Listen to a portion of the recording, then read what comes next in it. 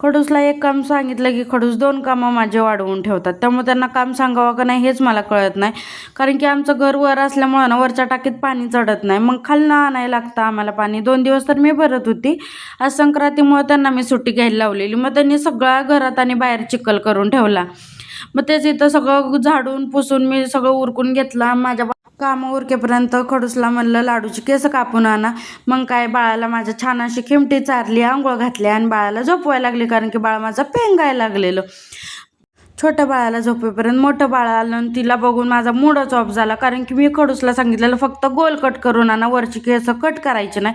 तरी पण त्यांनी कट केली. असं आता काय करणार दुसरं. मग तिला आंघोळ घातली आणि खायला दिलं. सगळं उरकून मग तिला ठेवली खाली बुवापाशी आणि आम्ही गेलो खाली. कारण की आम्हाला थोडंसं काम होतं. मग ते केलं, गजरा घेतला, किराणा माल घेतला, थोडीशी मिठाई घेतली. कारण की आज आहे संक्रांत म्हटल्यावर बायका येणार. मग तेच आम्ही उरकाउरकी चाललेली. त्यानंतर घरी आलो, जेवण वगैरे केलं आणि मग सगळ्यांनी वौसा घ्यायला सुरुवात केली. पहिला तर श्रुतीच्या मम्मीच्या इथं गेलो, त्यांचा वौसा घेतला. मग आजींच्या इथंच म्हणजे बाईंच्या इथं घेतलं. त्यानंतर आला बुवाचा नंबर. बुवाचं झालं की माझं घेतलं. माझं काय व्हिडिओ कोणाला काढायला जमलाच नाही. असो त्यानंतर सगळ्या हळदी कुंकू झालं की आजींच्या इथं गेलो आणि ह्यो बोका सगळं सोडून माझ्या इथं आता बसलाय. तर म्हणलं खाते गो. त्यानं काय खाल्लं नाही. मी लॉंग व्हिडिओ टाकणार आहे, त्यामध्ये सगळी डिटेल माहिती देते. तोपर्यंत चलो बाय.